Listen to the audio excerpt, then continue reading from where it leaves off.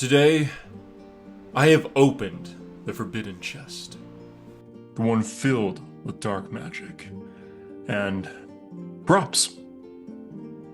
I'm the D&D hunter, definitely not a mind flayer with a fake mustache, just a regular guy. We're talking about real-life props, simple tools that can turn your normal Dungeons & Dragons session into something unforgettable. And no, I don't mean miniatures or battle maps or even those massive Dungeons & Dragons sets with screens on the surface of the table that you see all over Reddit and my future. I'm talking about things you can hold, read, pass across the table, even hear, all without breaking any of your budget. Keeps up with immersion and makes your players just love you even more as a dungeon master. And if you're a player, bring some of these ideas to your table. Ask your dungeon master if you like some of these ideas, and hey, maybe you'll make your games even more immersive. This chest is full of a bunch of props ideas that I've used, or just ideas that I'm going to be using in the future. I'm going to be pulling them out and showing some videos of some of the props that I've used in my own games. If you see any human hands in these videos, that's it's not my ward, that's me, because I'm a human. I've been looking for you. Got something I'm supposed to deliver. Let's see. I have a letter here from Quintus Navale and... Handing a player a letter instead of reading it out loud changes everything. It's no longer just a plot hook, it's theirs. Props make the game feel a little bit more real, tangible. Like the world is reaching out and pulling the players in. They add texture, tension, and sometimes terror. You might see me talk about color lighting and hidden speakers in my scare video, link in bio. That's part of this too, but today let's dig into the real physical stuff. And before we dive deep into this chest, remember, props don't have to cost much. A $3 scented candle or tea-stained piece of paper can sometimes hit harder than a $500 terrain setup. Sometimes. So don't go overboard, just be intentional. Use props when they matter. Don't throw everything at your players at once. Let's start with the classic. A piece of paper can do a lot.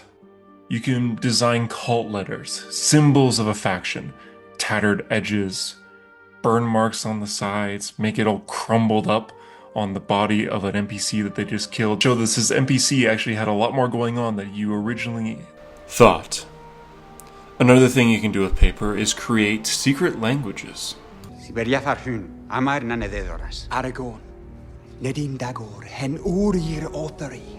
Maybe it's written in Elvish, Draconic, just a language that obviously the players wouldn't know off the top of their head since it's not common.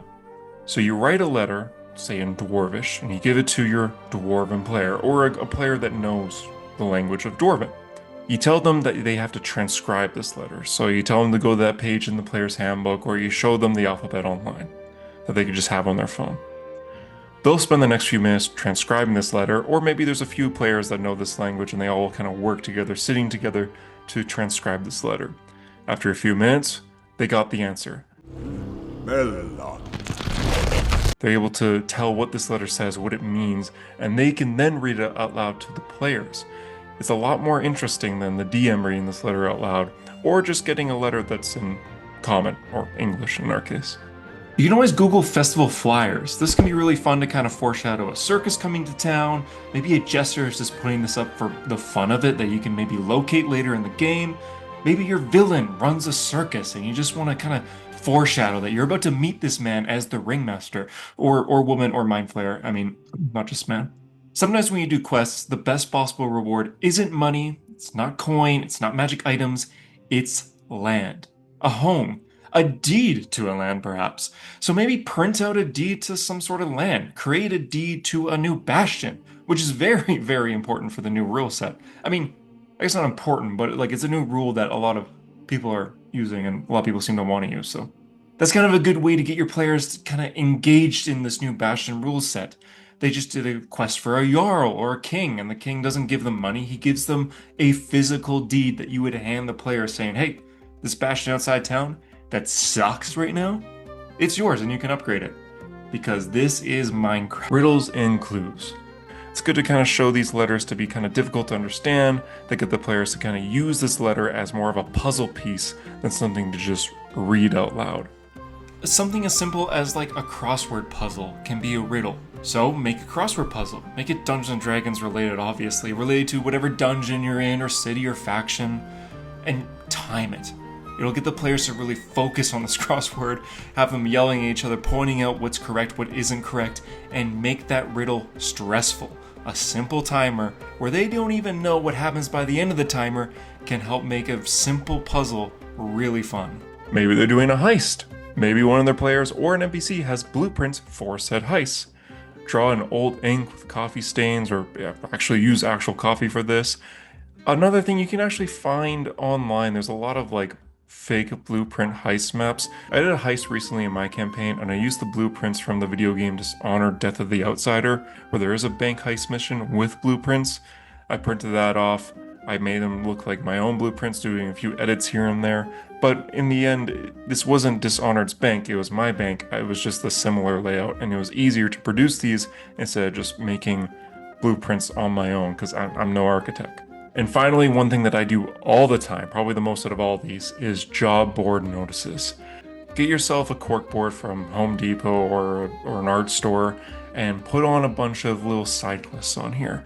You can put in little things like help wanted signs, you can do missing posters, wanted posters. Maybe some of these posters show the face or the name of a character that they know, or an old player that's no longer with them, showing that they might be still alive, or maybe this is an old letter, maybe it's from their backstory, maybe the main villain is putting on a show somewhere nearby.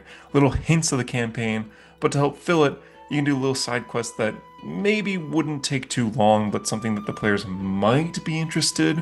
Giant rats in the basement of a home, trailing a suspicious individual that perhaps a shopkeeper hired you to follow. Little tiny easy side quests to help extend the session and extend the story just a little bit more. Now let's get physical. These props are all about players' reactions. A portrait, something that's kind of still in the paper side of things. You can print a photo of a character, or a character's long-lost father, an NPC in danger. It gives you some emotional weight to it, be able to hand this to a player. I know the Dungeons & Dragons subreddit has a lot of artists that are constantly posting, almost always will offer commissions, or if you're an artist yourself, you can maybe draw out what you describe this character as. Even if you're not the greatest artist, hey, getting the idea that this character has a beard and showing that to the players might just help them visualize it more so, because they're picturing something that they've seen. Special coins that a lot of game stores actually sell for very cheap. Mysterious emblem, currency, a token. Is this coin a curse? Will they pass it around? Will they argue about it? Why are you, the dungeon master, giving these players a physical coin when they've been writing down their money the entire campaign? What makes this coin different? Identification cards. Great for factions, great for disguises, great for just making your world feel a bit more lively with the law. This has been something that I've done in my most recent campaign that has worked extremely well, to the point that I have a whole video coming out in the future just about ID cards and what that can do for your story. So stay tuned. They're not birds. They're keys. And I'll bet one of them fits that door. Keys. Literal, rusted, ornate keys. Don't tell them what it opens, just hand it to them. Say, you found this. It was on the ground. It was in a chest. An NPC dropped it, but it looked like he dropped it on purpose. This can even be like your own house key. Just make sure you get it back by the end of the session, but just handing them a physical key means a lot more to that key than just saying, I found a key. Potion bottles. You can buy these little potion bottles on several websites, Amazon being one of them. Some game stores have them as well. Fill them with colored drinks like Gatorade. Hey, red Gatorade, that's healing. Blue Gatorade, that's magic if you want to do magic potions in here. You can do sort of poisons and cursed liquids in here. I poured black coffee into one and made it very cold for a player to drink that was more of a curse. Obviously, these players are consuming drinks that they might not know what it is, so ask them first if you're okay with them not knowing. If not, just say, hey, this is black coffee, don't drink it if you don't want to drink it. Otherwise, if they're all for the adventure, maybe don't tell them what it is, just say it's definitely edible, it's not going to poison your real life. Maybe. Probably. Tarot or playing cards are very fun for the players to see. They're sort of mysterious, how these cards, what do they mean? You can look up magic tricks online to kind of do in front of the players. So some really easy ones just on YouTube to learn that, despite being so simple and so quick, can make the players be like, oh, this guy's magical. Not like the fireball casting sense, but like the, whoa, I can't do that. Close-up magic. I learned that. My favorite 5e Dungeons and Dragons book is the Book of Many Things, and it came with a package when it first released where it came with the Deck of Many Things, a crazy item which has several video opportunities to make about, so I won't get into it here. But that Deck of Many Things came with every single card and more some.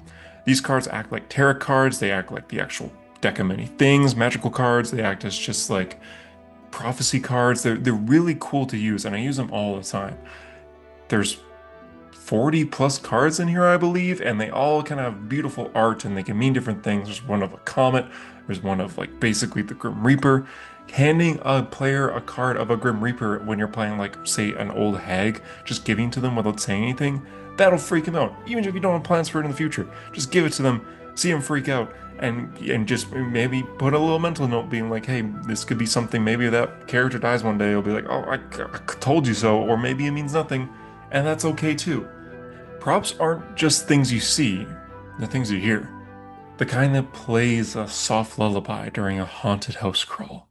Use music boxes. You can buy them very cheaply at vintage stores, dollar stores, Amazon again.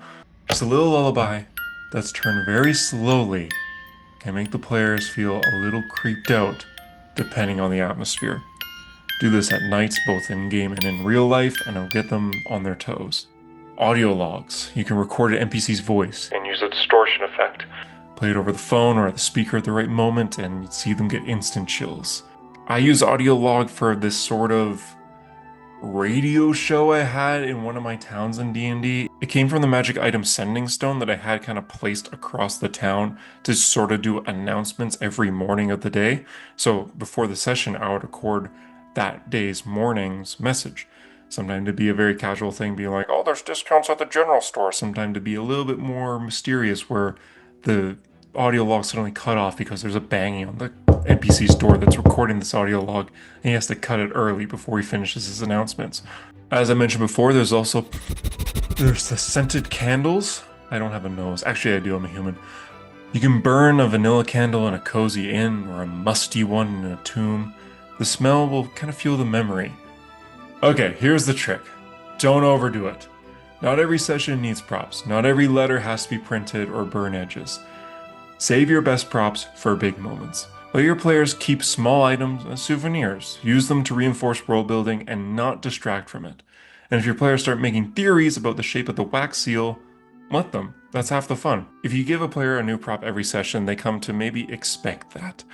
They'll sit at the table before the session and be like, I wonder what we're going to get today. And you don't want to do that every session. You want to save these for important moments. Props have helped my players fall in love with characters, fear empty hallways, and spend way too long decoding doodles. It's totally worth it. So yeah, that's what's in the chest that I could legally show you. Real life props can elevate your game. Not because they're fancy, but because they make your story feel real. Use them wisely, keep it budget friendly, and let your players be curious. Have you ever used props in your game before? Let me know in the comments.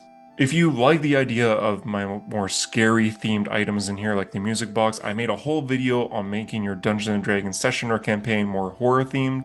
If you liked my ideas on maybe giving hints towards future villains of your campaign, like missing posters of them or wanted posters of them, check out my video here on how to make side villains a bit more interesting and not just be outshined by your main villain.